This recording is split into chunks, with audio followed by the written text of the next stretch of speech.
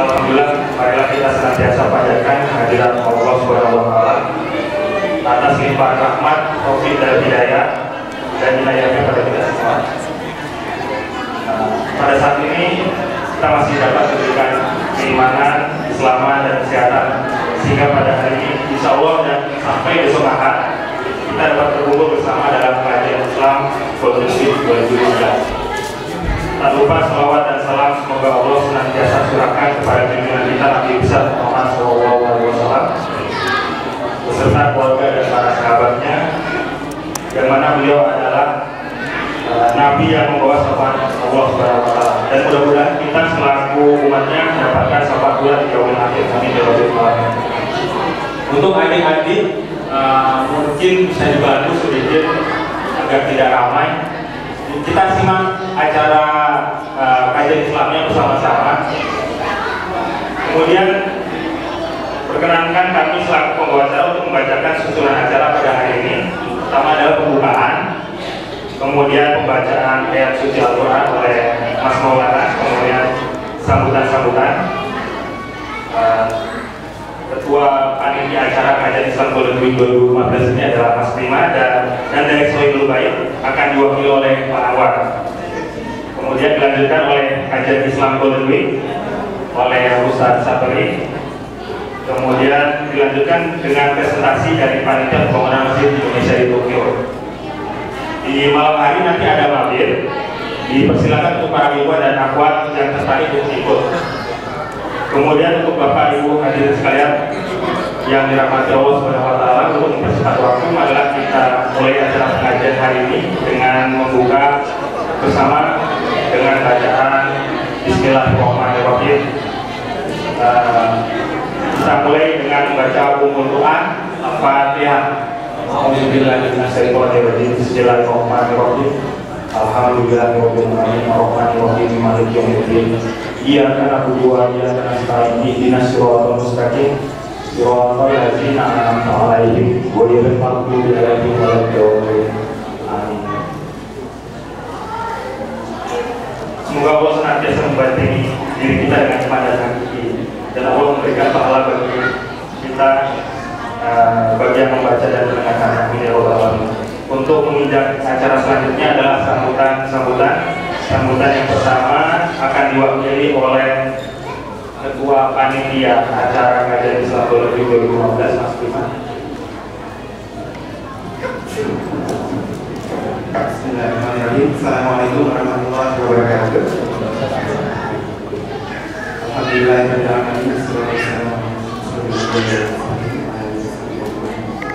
Pertama-tama, marilah selalu kita panjatkan bersyukur kita kepada Allah Subhanahu wa Ta'ala atas segala yang sudah diberikan kepada kita semua, nikmat kesehatan, keimanan, takwa, nikmat kesempatan, waktu luang, sehingga alhamdulillah pada siang hari ini di Street kita bisa berkumpul kembali di kegiatan tahunan, yaitu kegiatan Golden Week. Yang kedua, salawat serta salam semoga selalu tercurah ke kita dan di akhir zaman Nabi Muhammad SAW, yang insya Allah nanti berakhir zaman kita nantikan syafaat beliau. Kami dari panitia yang pertama ingin mengucapkan terima kasih banyak atas atensi dari Bapak Ibu, rekan-rekan semua untuk pengajian Golden Week yang secara tahunan kita laksanakan. Jadi ini adalah kegiatan tahunan. Pada tahun ini kita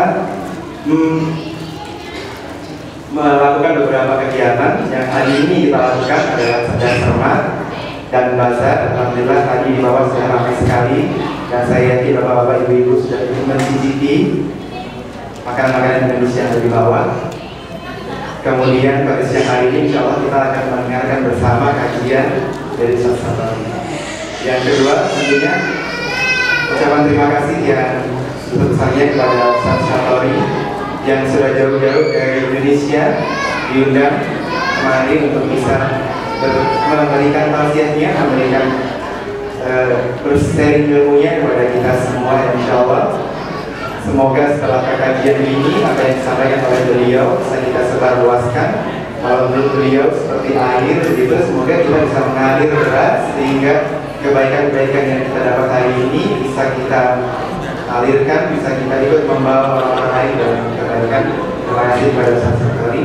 Kemudian juga terima kasih kepada para sponsor kajian politik tahun ini yang ada di depan situ. Ada 6, ada BKPU, ada BNI, ada Pertamina, ada BNI Tokyo, ada Bank Indonesia, dan juga ada Garuda, dan tidak lupa kepada KBRI Indonesia Tokyo yang sudah dengan full force membantu mendukung acara kita dari sekarang ini.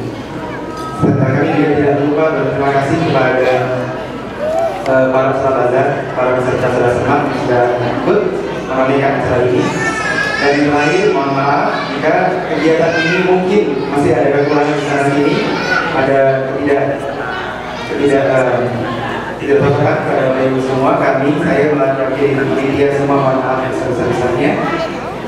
Dan mari kita nikmati, mari kita jalani kajian ini dengan ikhlas. Semoga bermanfaat. Terima kasih. Wassalamualaikum warahmatullahi wabarakatuh. Dan sebelumnya pengumuman dari Kid Corner gitu, untuk anak-anak atau ibu-ibu yang membawa anak-anaknya bisa dikondisikan untuk mengikuti Kid Corner. Di pintu ada satu rumah. Nah, mungkin bisa anak-anaknya di sana. Nanti di Kid Corner kita punya banyak program-program pendidikan anak yang bermanfaat, sehingga anak-anak mengambil manfaat. Kita semua di sini juga bisa dengan khusyuk mendengarkan kajian. Monggo ibu silakan anak-anaknya bisa diambil. Terima kasih. Assalamualaikum warahmatullahi wabarakatuh. Ya, untuk putra putrinya yang berminat menuju Kid Corner mungkin bisa dibantu. Nanti ada sebelah ujung ada Ustaz Abdul Rahman. Nanti ada acara menarik untuk anak-anak putra putri di Jalan Ketiga. Jadi nanti untuk bapak-bapak dan ibu-ibu kita bisa mendengarkan ceramah selanjutnya.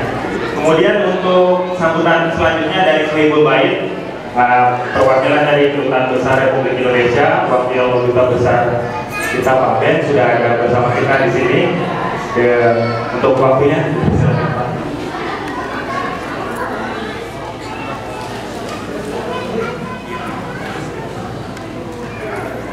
Assalamualaikum warahmatullahi wabarakatuh. Waalaikumsalam. Kami sangat bergembira atas inisiatif dari KMUI, Pak Wakil Ketua, Pak Depoko, Bapak dan Pak Prima atas inisiatif Pak Anwar, Pak Prima atas inisiatif yang sangat baik mengadakan acara tiap tahun menjelang Golden Week ini, atau pas Golden Week ini mengadakan kajian Islam Golden Week. Memang alangkah baiknya saya harus menyapa juga Pak Satori, Ustaz Satori yang akan mengisi acara pada siang hari ini. Memang ada baiknya kalau pada waktu libur panjang Jepang ini kita mengisi dengan acara-acara yang bermanfaat bagi kita, khususnya di kalangan muslim ini, meningkatkan pengetahuan, pemahaman akidah kita dalam hal agama. Ini sangat baik dan mudah-mudahan bisa diteruskan, tetap berkelanjutan di kemudian hari, sehingga tahun-tahun berikutnya tetap akan bisa diselenggarakan. Dalam kaitan ini kami ingin menyampaikan berita gembira bagi kaum muslim Indonesia di Tokyo, karena insya Allah pembangunan masjid kita di sini nanti di area ini akan segera dimulai insya Allah, karena berbagai persyaratan dan kelengkapan nampaknya sudah terpenuhi. Pendanaan minimum yang diperlukan untuk dimulainya pembangunan masjid juga sudah dipenuhi dengan adanya donatur dari Jakarta yang dibawa oleh Pak Presiden Indonesia waktu berkunjung di sini. Kita sampaikan pada waktu beliau untuk masyarakat di sini malam itu, dan besoknya sudah dapat semua. Jadi insya Allah mungkin dalam tahun ini pembangunan masjid dapat dimulai, dan tahun depan insya Allah lebaran tahun depan atau itu Golden Week tahun depan mudah-mudahan bisa, tapi targetnya mungkin lebaran ya. Sholat Id sudah bisa di sini, tarawih sudah bisa di masjid kita ya. Karena dukungan terus untuk pelaksanaannya, pembangunan fisiknya nanti, dan tetap mungkin masih memang diperlukan penggalangan dana walaupun nampaknya untuk pembangunan minimal sudah cukup. Kita berbahagia, mudah-mudahan ini dapat meningkatkan aktivitas kita tahun depan dan tahun depan dengan adanya masjid dan pusat kajian Islam ya namanya, masjid dan pusat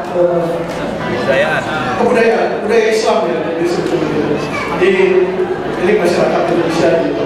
Kali itu hidayah. Assalamualaikum warahmatullahi wabarakatuh. Waalaikumsalam. Untuk Pak Ben, terima kasih atas sambutannya.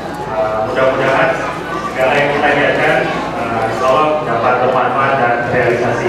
Insya Allah. Amin ya rabbal alamin. Kemudian untuk selanjutnya adalah tausiah dan kajian Islam Golden Week oleh Ustaz Tori Abdul Rauf dengan dimoderatori oleh Bapak Azul Fahmi. Sebelum tausiah dimulai, ada beberapa informasi dari panitia bahwa selama acara kajian Islam ini berlangsung, ada beberapa quiz atau door prize mulai dari hari ini sampai besok. Jadi ikuti terus acara ini. Ada berbagai hadiah yang menarik. Kemudian ada lomba notulensi, jangan lupa. Untuk lomba notulensi hadiahnya sangat banyak. Jadi masing-masing kajian hari ini, nanti malam dan besok itu masing-masing ada hadiah untuk 3 pemenang. Hadiah pertama itu sebesar 7.500 yen, hadiah kedua sebesar 5.000 yen, hadiah ketiga sebesar 2.500 yen. Dan masing-masing kajian itu masing-masing ada menangnya. Untuk hari pertama, nanti malam sama besok. Ikuti terus dan siapkan catatannya dan handout-nya sekaligus alat tulisnya untuk terus mencatat dan membuat notulensi. Kemudian nanti pada saat selesai kajian Islamiyahnya mungkin bisa diupload di media sosial masing-masing dengan di hashtag itu di lomba notulensi Golden Week 2015. Silakan di hashtag, nanti kita bisa cek bersama-sama. Kemudian ada satu lagi pesan dari panitia untuk penggalangan dana gempa bumi di Nepal. Nanti di bawah ada panitia, ada box khusus untuk penggalangan dana gempa bumi di Nepal. Besok. Untuk selanjutnya mungkin bisa dipersingkat waktu, mungkin Ustaz Sapuri dan moderator Mas Guru Fahmi bisa dimulai.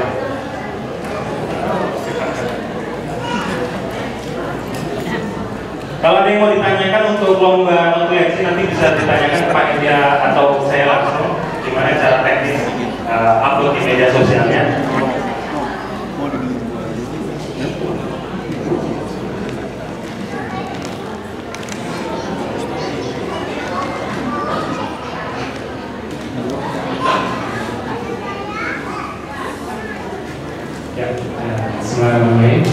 Assalamualaikum warahmatullahi wabarakatuh.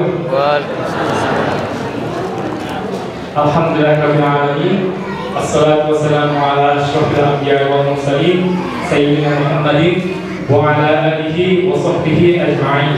Amma ba'du. Puji syukur kehadirat Allah Subhanahu wa taala. Alhamdulillah ya. Insyaallah di hari yang cerah ini, di libur nasional atau kita tahu sebagai Golden Week, kita masih diberikan kesempatan oleh Allah, rezeki dari Allah untuk bersama-sama berkumpul di Balai Indonesia Street Sekolah Republik Indonesia Tokyo. Alhamdulillah semuanya dalam kondisi ceria ya, senang ya, karena libur. Alhamdulillah.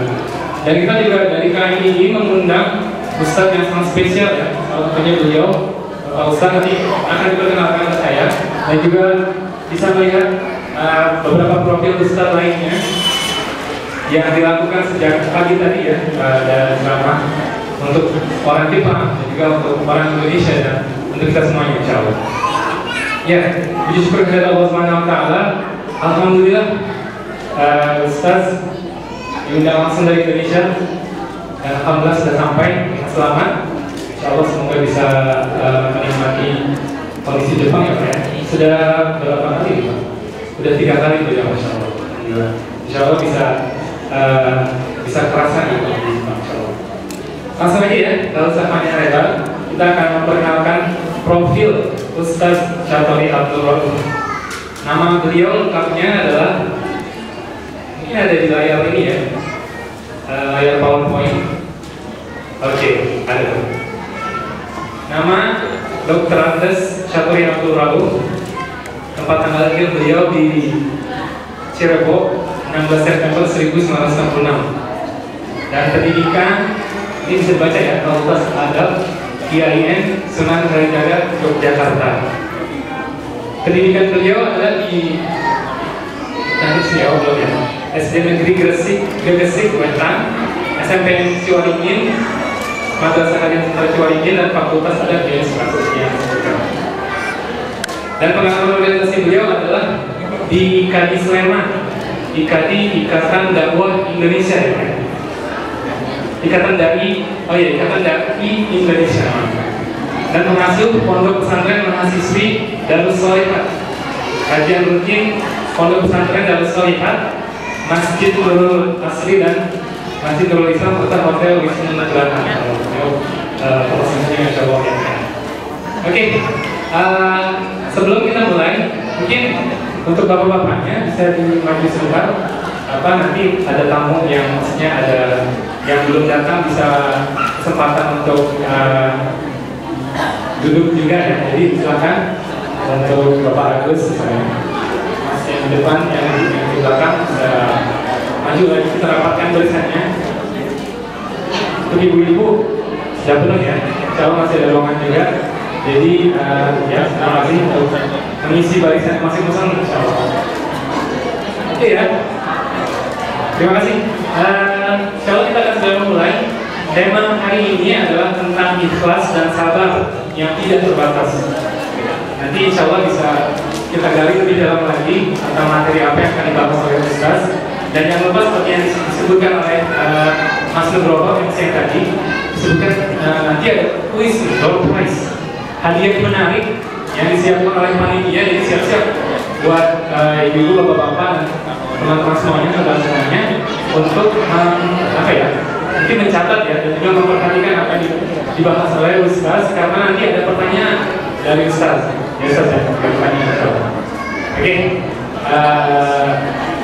kita akan segera memulai. Semoga bisa bermanfaat ya. Kita mulai. Terima kasih Ustaz. Kami persilakan.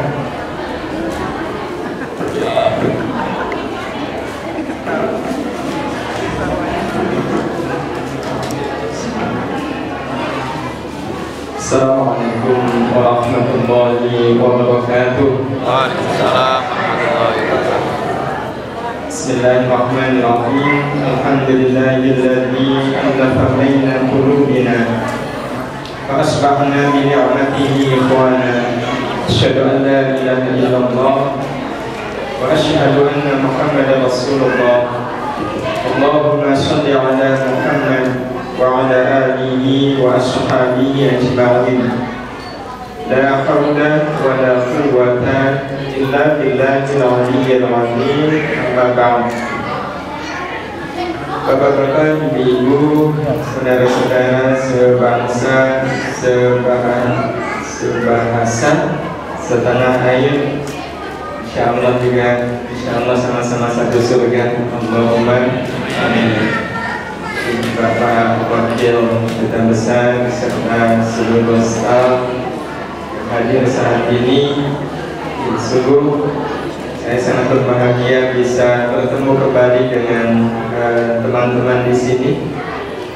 Serasa terdapat kita di sini adalah bagian dari yang sama, sama-sama insya Allah bangsa Indonesia, sama-sama umat Islam.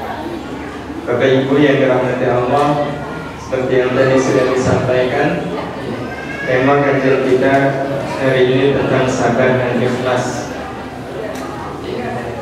Sabar dan ikhlas tiada batas. Ini memang yang disiapkan oleh panitia bahagia. Saya betul-betul merasa terdidik dengan materi ini. Sabar, ikhlas, tiada batas. Nah, terkritiknya di mana? Terkritiknya muncul pertanyaan, mungkinkah? Ya. Mungkinkah manusia bisa sabar, ikhlas tanpa batas? Mungkin nggak Bapak Ibu? Mungkin. Betul mungkin? Baik. Kalau betul mungkin, seandainya hari ini kita dihina orang, sabar nggak? Sabar. Besok dia menghina lagi, sabar? Besok menghina lagi, sabar? Aneh.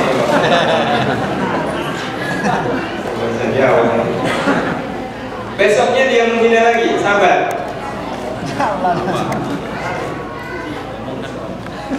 Sudah mulai berpikir lain ya. Atau kita lagi duduk nih, ada orang lewat, injek kaki kita, sabar. Dia lewat lagi, injek lagi kaki kita, sabar. Sabar. Kapan lagi lewat, injek lagi kaki kita, sabar. Serimpung. Nah, atau semisal ini, tiba-tiba kita harus melewati jalan seperti ini. Jalan di perumahan kita tiba-tiba dibuat polisi tidur seperti ini. Satu kali lewat, bisa sabar nggak? Bisa. Ya, siangnya lewat, masih sabar? Masih. Suaranya lewat, masih sabar? Sampai kapan bisa sabar?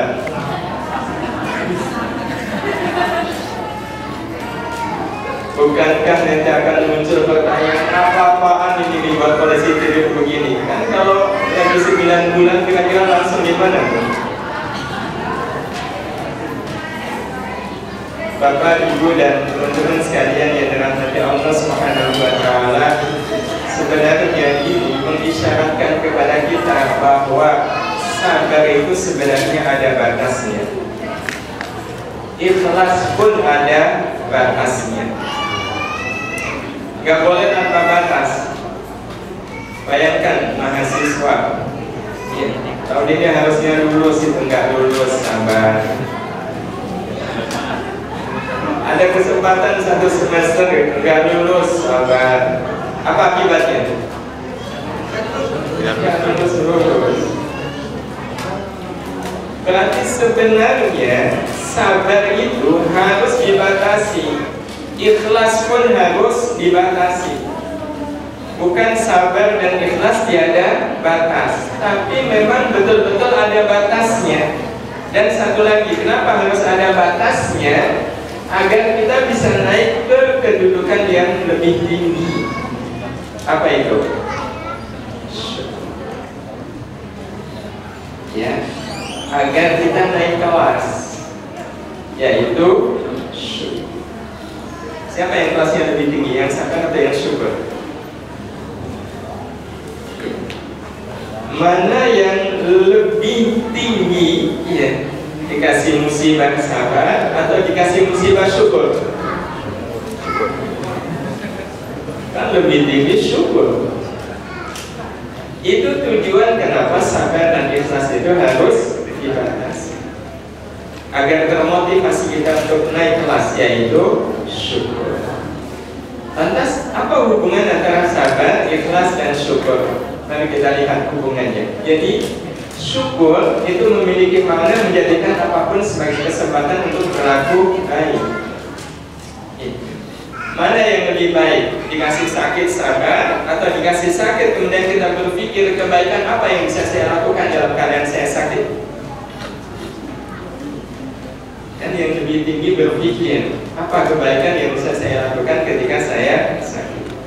Mana yang lebih tinggi? Dihina orang sabar, atau kita dihina orang kemudian kita berpikir kebaikan apa yang bisa saya lakukan ketika saya dihina orang? Kan yang lebih tinggi adalah yang berpikir kebaikan apa yang bisa saya lakukan. Dan itulah makna dari syukur. Bapak, Ibu, dan teman-teman sekalian yang dirahmati Allah, bukan berarti sabar itu harus kita abaikan. Tidak. Ya, sabar itu juga kita butuhkan. Tetapi yang kita pahami, sabar itu menjadi semacam gerbang menuju ikhlas. Karena sabar itu gerbang menuju ikhlas, maka sabar itu memang tidak boleh lama-lama. Namanya juga gerbang. Seperti kita sekarang ini, kita masuk ke ruangan ini melalui apa?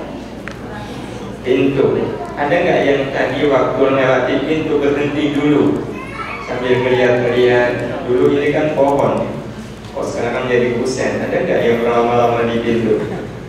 Enggak. Sebentar aja.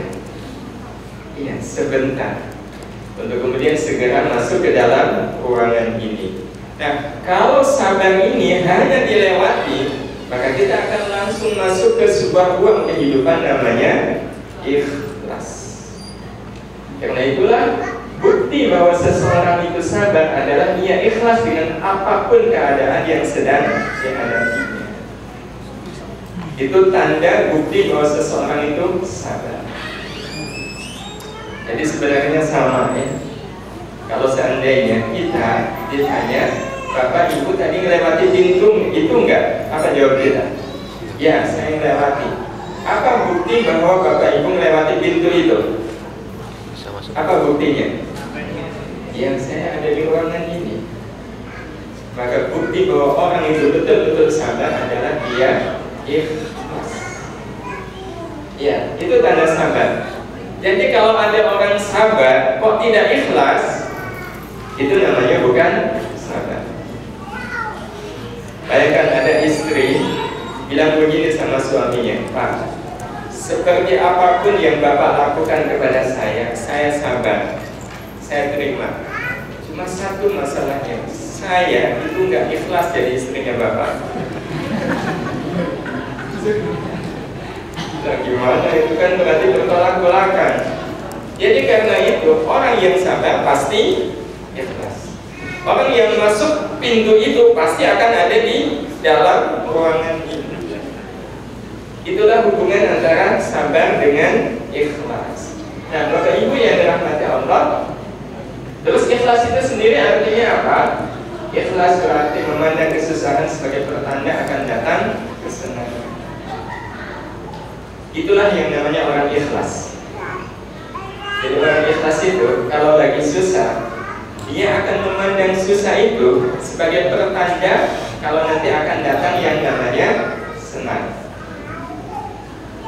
Makanya dia ikhlas. Dan itu logis Bapak Ibu. Iya.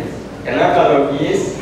Sebab hidup ini kan tidak akan pernah lepas dari yang namanya senang dan susah. Betul? Ada nggak orang yang selamanya senang? Nggak ada. Ada nggak orang yang selamanya susah? Nggak ada. Allah sengaja mempergilirkan antara senang dan susah. Ya, silih berganti. Nah, kalau senang dan susah itu datang silih berganti, itu artinya apa? Artinya, kalau kita lagi susah, itu tandanya kita mau senang. Betul Bapak Ibu? Dan kalau kita lagi senang, tandanya mau susah. Benar? Nah, sekarang Bapak Ibu pengennya yang mana? Mau senang atau mau susah? Senang. Pengennya mau senang atau mau susah? Senang. Mau senang kan? Kalau pengennya mau senang berarti sekarang harus dalam keadaan apa?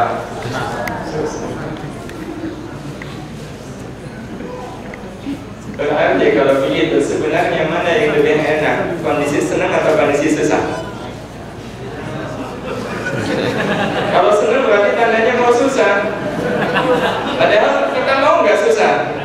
Nggak mau kan? Maunya senang. Nah, kalau kita maunya senang berarti sebenarnya kondisi susah itu lebih menyenangkan daripada kondisi senang. Betul nggak Bapak Ibu? Itu yang menyebabkan kita waktu susah ikhlas. Kenapa ikhlas? Ini pertanda sebentar lagi saya mau senang. Karena tidak mungkin Allah akan membiarkan hambanya terus-menerus dalam keadaan susah. Nanti kalau begitu lebih enak senang atau lebih enak susah? Kalau gitu siap-siap sebentar lagi susah ya. Ya, karena nggak mungkin orang itu selamanya senang. Jadi inilah orang ikhlas. Ini kondisi susah. Tapi dalam pandangan orang ikhlas, melihat gambar ini, yang dia lihat gambar apa? Gambar itu.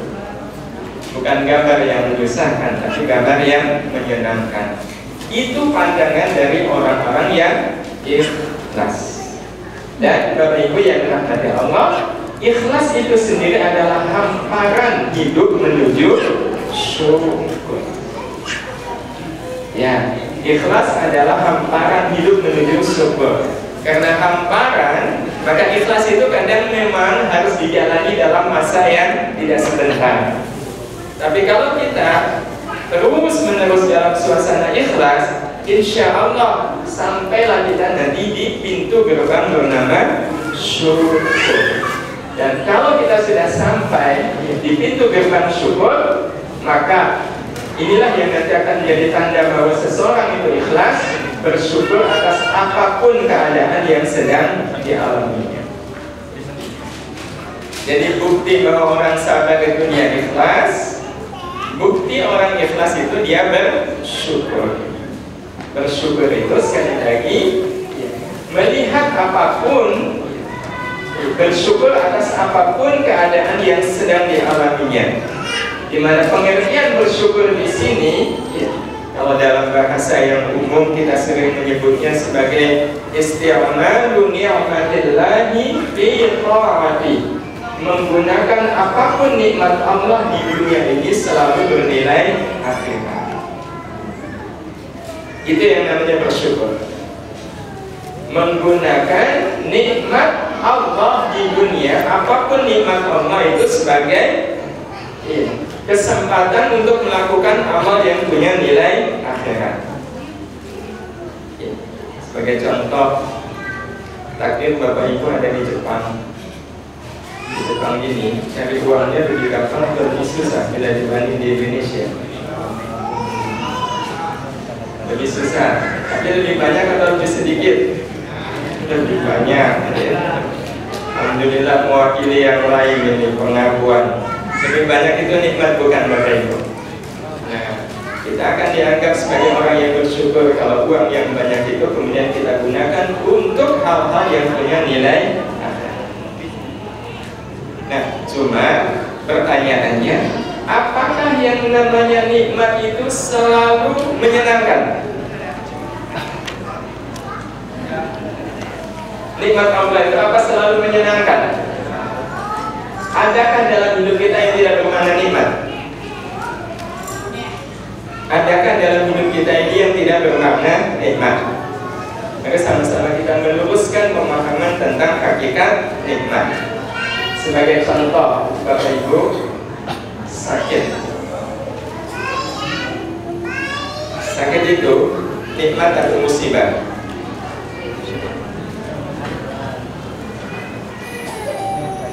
Persepsi itu nanti akan sangat menentukan nextnya. Kalau orang memahami bahwa sakit itu musibah, maka yang ada di kepalanya adalah saya harus sabar. Tapi kalau yang ada di kepala kita sakit itu nikmat, maka yang ada di kepala kita apa? Syukur. Nah, sejatinya sakit itu nikmat atau musibah? Tapi kita lihat baik-baik Bapak Ibu, sebenarnya waktu kita sakit itu menyampaikan pesan kepada kita.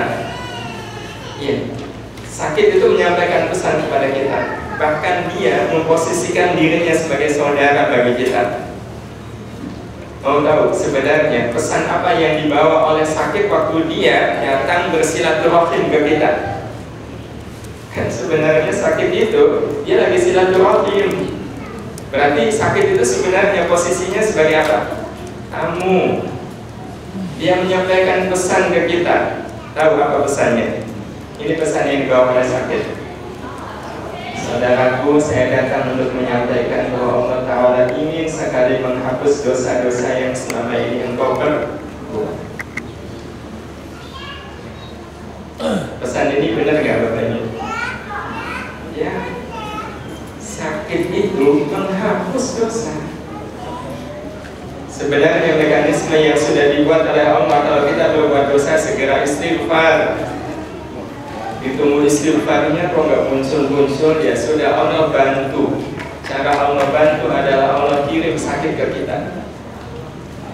Dengan sakit itu sebenarnya Allah sedang menghapus dosa-dosa yang sudah kita lakukan. Berarti kalau begitu, sakit itu lebih tepat musibah atau kasih sayang Allah? Kasih sayang. Berarti harusnya kita bersyukur. Bapak Ibu dan teman-teman sekalian, ini sakit. Bagaimana kalau seandainya ya, uang kita hilang? Itu musibah atau nikmat? Musibah. Yakin Ibu musibah? Kalau kita memahami bahwa uang itu hilang adalah musibah, maka sekali lagi yang ada dalam pikiran kita, saya harus sabar. Tapi sebenarnya mana yang lebih tepat? Uang hilang itu musibah atau nikmat? Mari kita lihat sama-sama. Uang hilang itu juga kayak tamu. Kan kita tidak selamanya kehilangan uang kan? Cuma kadang-kadang aja. Persis seperti tamu, datangnya cuma kadang-kadang. Dia mengunjungi kita. Dia menyampaikan pesan kepada kita. Tahu apa pesan yang dibawa oleh peristiwa bernama uang hilang ini? Ini pesan yang dia bawa. Saudaraku, saya datang untuk menyampaikan kepadamu bahwa Allah Ta'ala ingin mengganti diriku yang hilang ini dengan yang lebih baik, lebih banyak. Kalau sudah tahu pesannya begini, harusnya bersabar atau bersyukur? Bersyukur. Ingin lebih kuat, Bapak Ibu percaya nggak dengan Rasulullah Sallallahu Alaihi Wasallam? Percaya? Betul percaya?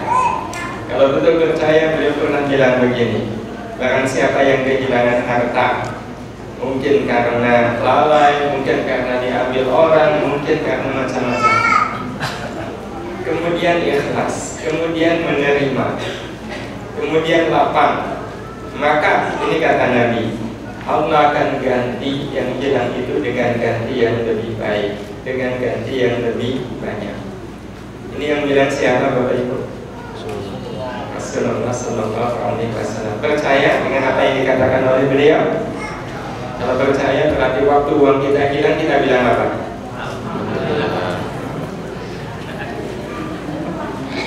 Itu namanya sabar atau syukur? Berarti kalau begitu sebenarnya tidak ada yang tidak bermakna nikmat dalam kehidupan ini. Satu lagi ingin kita kuatkan, jodoh tak kunjung datang. Ada yang ikhwan yang betul ada angkat tangan. Saya berharap kok tak kunjung datang. Itu bagi saudara yang mengalami ini anugerah atau musibah? Betul, itu anugerah. Iya, mau tahu wujud anugerahnya apa? Sang jodoh yang tak kunjung datang itu sebenarnya menyampaikan pesan kepada yang bersangkutan. Ya, apa pesannya? Karena gambarnya akhwat, ya pesannya adalah, saudariku, saya datang untuk menyampaikan bahwa Allah Ta'ala tidak ingin antara kau dan dia ada sosok lain yang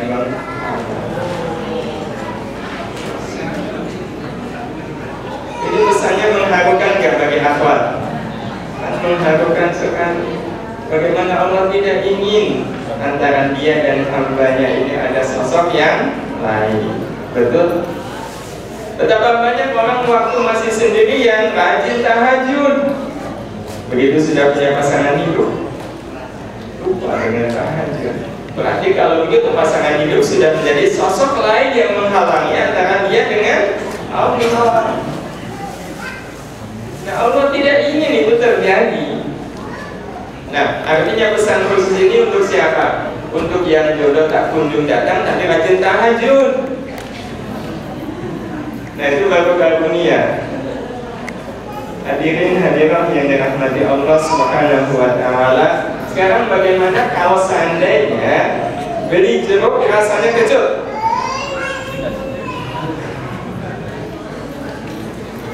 Itu nikmat atau musibah? Kita merasa diuntungkan atau dirugikan? Dirugikan. Betul, dirugikan. Enggak. Kita sedang mengalami sebuah peristiwa yang sangat menguntungkan. Tahu di mana letak keuntungannya? Letak keuntungannya adalah untung jeruk yang kecut itu jatuh ke saya. Coba kalau jatuh ke orang lain kan kasihan sekali. Betul nggak Bapak Ibu? Ada temen beli jeruk rasanya kecut, kita kasihan nggak? Kasihan. Nah, ini yang kecut sudah dibeli oleh kita. Berarti orang lain mungkin nggak dapat yang kecut itu? Kan nggak mungkin. Apalagi kecut semua. Kita berarti sudah melakukan apa untuk orang lain? Menolong, membantu, menyelamatkan. Betul? So, kalau menolong orang kok dibilang kerugian, itu di mana letak ruginya? Berarti sebenarnya peristiwa ini peristiwa yang menguntungkan atau merugikan? Menguntungkan. Ini para suami, calon suami, pengennya istri kita kayak apa nih suami? Pengennya lembut, santun, pengertian. Betul para suami? Betul. Pengen punya istri seperti itu, alih-alih dapatnya kok udah cantiknya biasa, tapi rewel, bawel, ngeyelnya itu yang gak ketulungan. Kalau itu terjadi pada diri seorang suami, itu kira-kira keuntungan atau kerugian? Keuntungan. Keuntungan. Untungnya di mana? Untung saya yang dapat dia. Coba kalau yang dapat orang lain kan kasihan sekali.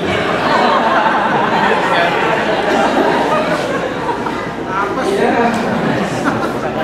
Berarti suami seperti ini sudah membantu orang lain, menyelamatkan orang lain. Kalau menyelamatkan kok rugi, di mana letak ruginya? Berarti sebenarnya Bapak Ibu, yang kita pikir itu sebagai masalah, itu masalahnya adalah bukan masalah itu sendiri, tapi masalahnya adalah diri kita yang memang bermasalah. Sekarang kalau seandainya dihina orang, ya macam ini pula wajahnya, tersinggung Bapak Ibu? Senang? Alhamdulillah. Yang bilang senang itu teori atau kenyataan? Insya Allah kenyataan. Bapak Ibu yang dirahmati Allah, dihina orang, tersinggung itu wajar atau tidak wajar? Wajar. Kita bilang wajar, sebenarnya tidak wajar. Dihina orang, tersinggung itu tidak wajar. Kenapa tidak wajar? Sebab kalau kita dihina orang, kita dapat apa dari orang yang menghina kita? Dapat apa? Selain pelajaran apa lagi? Kata Nabi, ini yang kata Nabi, dapat pahala. Iya, betul. Kalau kita dihina orang, itu kita dapat pahala dari orang yang menghina kita. Kita dapat pahala. Kok tersinggung itu wajar enggak? Dapat pahala. Iya, enggak wajar kalau tersinggung. Mungkin kita punya alasan. Ya kalau dia punya pahala, lah kalau dia nggak punya pahala, saya dapat apa? Kalaupun dia nggak punya pahala, kan dibalik hukumnya dosa kita diambil, ditanggungkan ke dia. Berarti namanya apa? Mengurangi dosa. Kita punya hutang 10 juta, agak pusing juga membalikinnya. Wah, dalam keadaan pusing tiba-tiba datang orang, "Pak, Bu, hutang Bapak Ibu nggak usah dipikirin, sudah saya lunasin." Kita akan bilang apa? Alhamdulillah, terima kasih. Berarti kalau begitu, seandainya besok lusa ada orang menghina kita, kita bilang apa? Alhamdulillah, terima kasih. Itu namanya apa, Bapak Ibu? Bersyukur. Hadirin hadirat yang dirahmati Allah Subhanahu wa Ta'ala, maka sebenarnya inilah gambaran tentang bagaimana perjalanan hidup kita. Ada 2 gerbang ini untuk sampai ke rumah kehidupan yang kita yang sesungguhnya. Ada 2 gerbang yang harus kita lalui. Gerbang yang pertama namanya apa? Sabar. Ya, sabar. Dan kalau kita melewati gerbang bernama sabar, pesannya satu, jangan berhenti. Lewati aja itu sabar. Nah, kalau kita segera melewati sabar, kita akan memasuki sebuah ruang kehidupan namanya ikhlas. Dan kalau kemudian kita teruji menjadi orang yang ikhlas, kita pasti akan masuk ke gerbang yang kedua, namanya syukur. Dan kalau kita sudah sampai di syukur, maka kita akan sampai di rumah kehidupan kita yang sebenarnya. Itulah rumah kehidupan kita. Berbahagialah orang-orang yang sudah sampai di rumah kehidupan yang sebenarnya, yaitu syukur. Kalau ikhlas itu baru halamannya, tapi sudah lumayan. Iya, untuk bisa segera sampai ke syukur. Nah, sekarang ini yang ingin sama-sama kita lihat. Di antara peta ini kira-kira kita ada di mana? Kita sudah masuk ke gerbang bernama sabar belum, Bapak Ibu? Nah, ini yang harus kita pastikan nih. Bagaimana mungkin orang bisa menikmati hidup kalau sabar aja belum?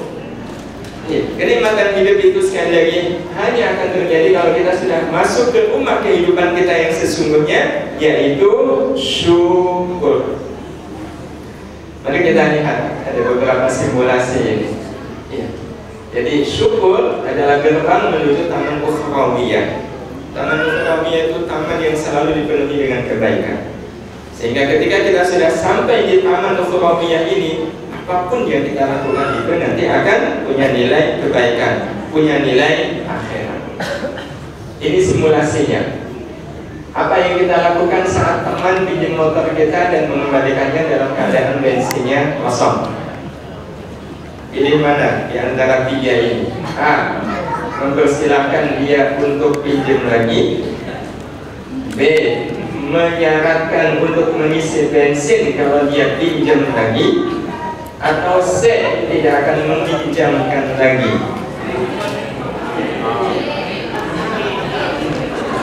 Yang mana yang paling mungkin?